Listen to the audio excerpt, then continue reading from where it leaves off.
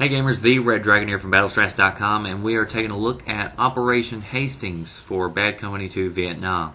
Now this is going to be a little bit longer commentary because I've had a few people ask for longer ones since I've been making several short ones that deal with classes and different maps. So in this video I'm going to be talking about some tips, give you an overview of Operation Hastings, and also really I guess give you a review of the game, what I think about it overall. So this is the map Operation Hastings. This is the latest map that became available for console users just the other day on New Year's. And PC users have had it available to them for a few days now. They were able to unlock the map legitimately by getting 69 million team actions. Console users, we were nowhere close to 69 million team actions, and I guess they just felt sorry for us and unlocked it. What does that say? Does that say we suck as playing as a team on consoles? I would say probably so, looking at the randoms I usually get hooked up with in game.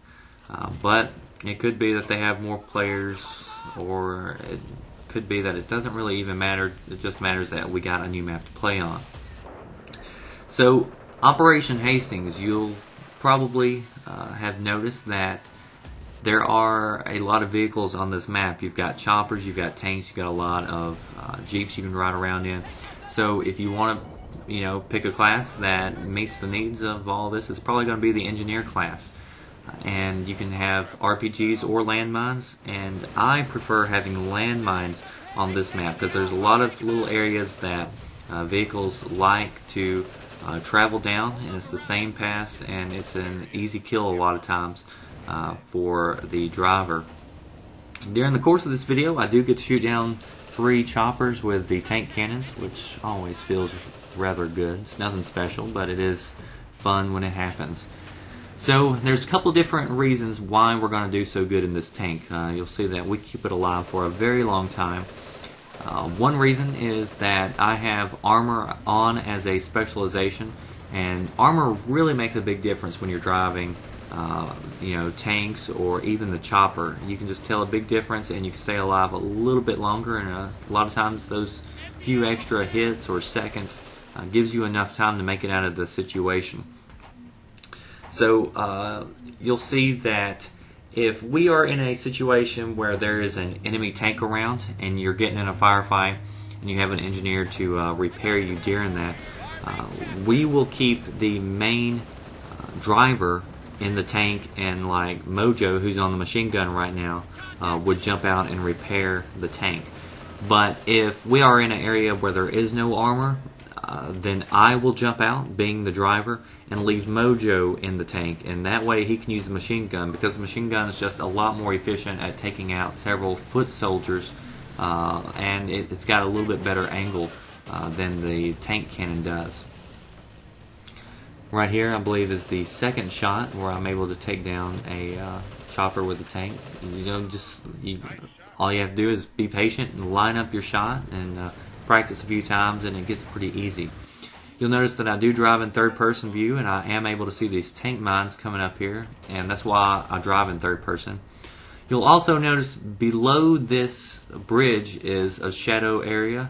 I like to place mines in that area or in the water, and the reason I say that is because it's a lot harder for drivers to see those mines.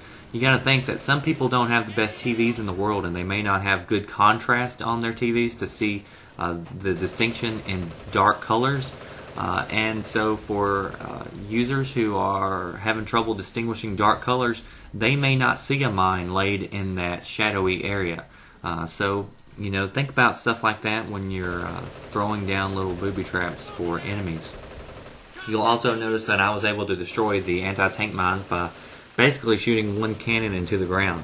The mines were laid out close enough together to where I was able to, man, I love that. I can't get enough of it. But the enemy laid the mines down close enough to where one explosion set them all off. So if you're throwing down mines, another tip is to throw them down to where, if an enemy destroys one, it's not going to destroy them all. And so you may have another shot at trying to deal some damage. So, Bad Company 2 Vietnam overall. This is the 5th map for the Vietnam expansion. I got to tell you that I've had a blast with this expansion, and it was worth every penny of $15. I mean, you got a ton of items that were packaged into this DLC. You had new achievements, you had new vehicles, new maps, and it's a totally different experience. But the problem, once again, which is what we've talked about before with Bad Company 2, was that there's still not enough variety. This is the perfect example as to what happened with Battlefield 1943. It sold a ton of copies. It was an excellent game. There just wasn't enough variety.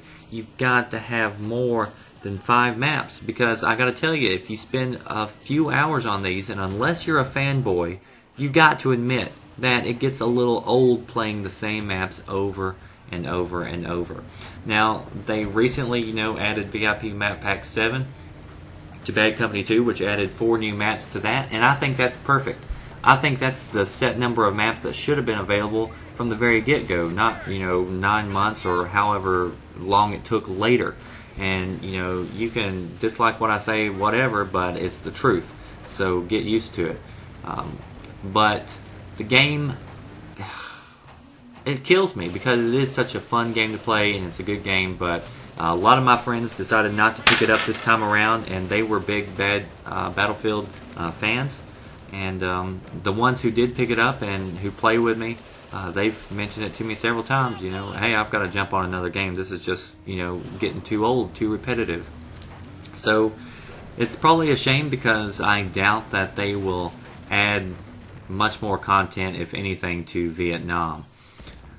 As far as some of the hype was concerned, one big feature that was mentioned in Vietnam was the fact that you could use music in your vehicles and listen to it. Battlefield Vietnam, the original on the PC, had a great soundtrack that you could go to, and I mean, it made the game. It made it an awesome experience. And I was really looking forward to this game due to the soundtrack. But I have to say, I am extremely disappointed in that as well. It's basically the Valkyrie song and Fortunate Son. They claim that there's 49 soundtracks, but I swear that you've never heard of at least 40 of them. So a lot of them are generic songs. There's only 2 real big hits that I've heard, at least so far. Maybe there's a couple more. Maybe I'm exaggerating, but not by much. Anybody will tell you that they are practically getting sick of Fortunate Son and the Valkyrie song, and who would have thought that was even possible, because I love those 2 songs. So there needs to be a little bit more variety with the song selection. Should have brought back the song selection from the original Battlefield Vietnam. There was nothing wrong with it. And there needs to be definitely more maps. I wish this would have been a standalone game, and they would have just brought in a ton of maps for Vietnam, because I could play this. I actually prefer this gameplay, I think, over Bad Company 2. And a lot of people will disagree with me with that, but it's just personal preference. I really like Vietnam. I just wish I was going to get to play it longer without it becoming very old and just seeing the same stuff over and over. Overall, I'm going to still give this DLC...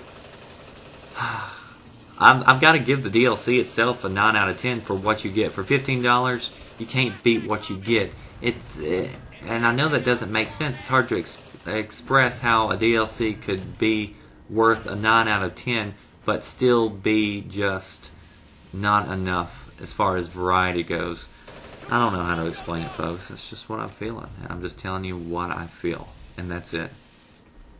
You'll notice that when I'm jumping out of the tank and I'm repairing, I'm always trying to go to the side of the tank that I think is least active with enemy units, because I don't want to be very active with enemy units when I'm busy trying to repair something.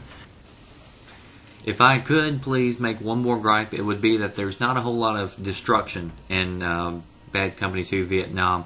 There's not a whole lot of buildings to be torn down. It just doesn't seem like the destructible environment is as prevalent as it was in Bad Company 2, the original game. So that's one more gripe. If I had to have a song for us, it would be 2 out of 3 Ain't Bad by Meatloaf. I want you. I wanted you, Battlefield. I need you. I needed you to be a good game. But truth is, I'm never going to love you. Not at least for, long-term relationship.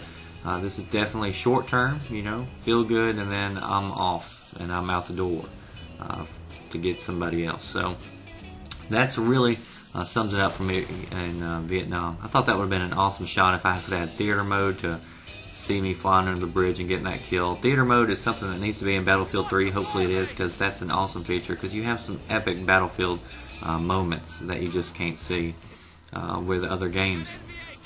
And as we close it out, I will show you a few chopper shots and footage. Here I'm going to load up with the chopper, and I'm going to try to get as many people in as possible, and I'm going to go over here and try to cap C.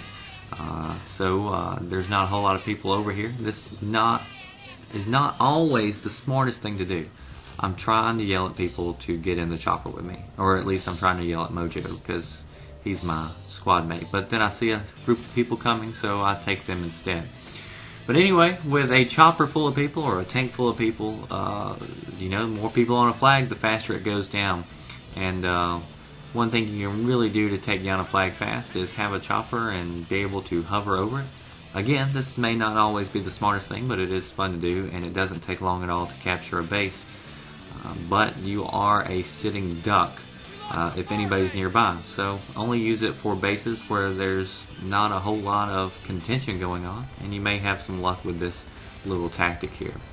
If you want more tips, tricks, hints, head on over to battlestrats.com, and if you're not watching us on the Battlefield app, be sure to check that out and download that. And if you are watching us on the app, thank you. We appreciate it. This has been the Red Dragon. Thanks for watching.